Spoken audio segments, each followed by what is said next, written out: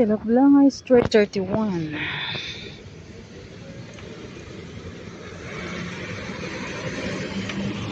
Ayan guys, naulan na tayo guys.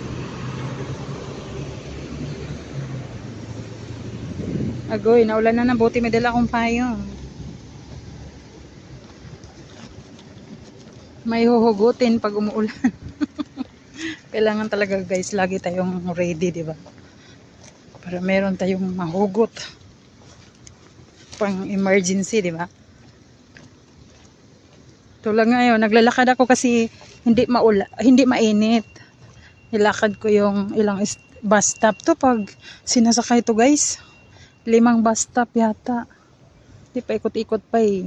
Galing sa amin. 1, 2, 3, 4, 5, 6, 7, 8, 9, 10, 11. 11 na bus stop guys, nilalakad ko. Ayan, rescue ang ating payong. Pink na pink pati ang ating payong guys, kasi my favorite color is pink. Ayan, wag na kayong kukontra dyan. Kasi yung iba, pag sabing pink, ay, bakit pink? Siyempre, iba-iba tayo ng paborito. No dumpling. Yan guys, galing ako doon sa lugar namin. Pero malapit lang naman to guys, hindi naman ito talagang malayo. Kasi lang yung mga bus stop halos magkalapit-lapit lang, 'di ba? Kaya 11 bus stop siya ang nilakad ko, pero hindi naman siya masyadong malayo. Tsaka exercise na rin. Ayan. Mas okay pa yung ganito na maulan-ulan konti. Wag lang masyadong malakas kasi basa na tayo niyan. Tapos walang init. Masarap maglakad, guys, 'di ba? Kasi pag mainit naman, masakit sa ulo, masakit sa lahat. Kaya ito nilalakad ko papuntang Labrador Parks.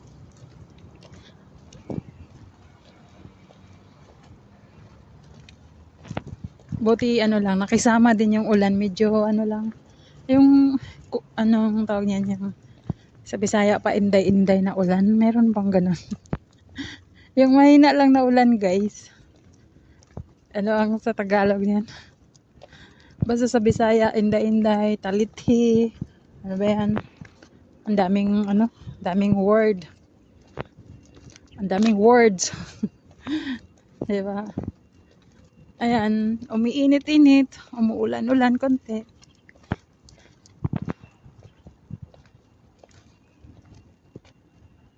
So, dito nakapark yung mga bus na hindi ginagamit.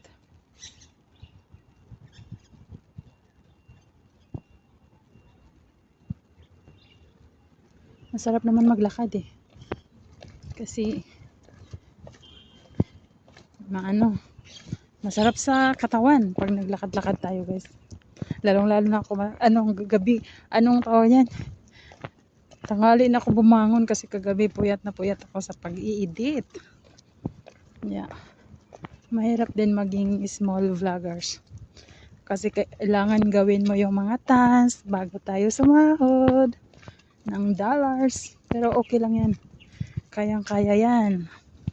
Kasi hindi naman tayo sikat, 'di ba? Kasi yung mga sikat, pagka-post nila, hindi na sila kailangan na mag-engage, hindi na sila kailangan gumawa ng mga task para lang makapag-sahod, 'di ba? Tayong mga small YouTubers, mga vloggers, ayan, kailangan natin ng mga task. Kaya puyat na puyat ako kagabi. Pero pag hindi ko day off, hindi ako nagpapuyat guys, kasi pag hindi ako magising, naku po, paano na lang, 'di ba? May trabaho eh. Enjoy yung mga ibon, no?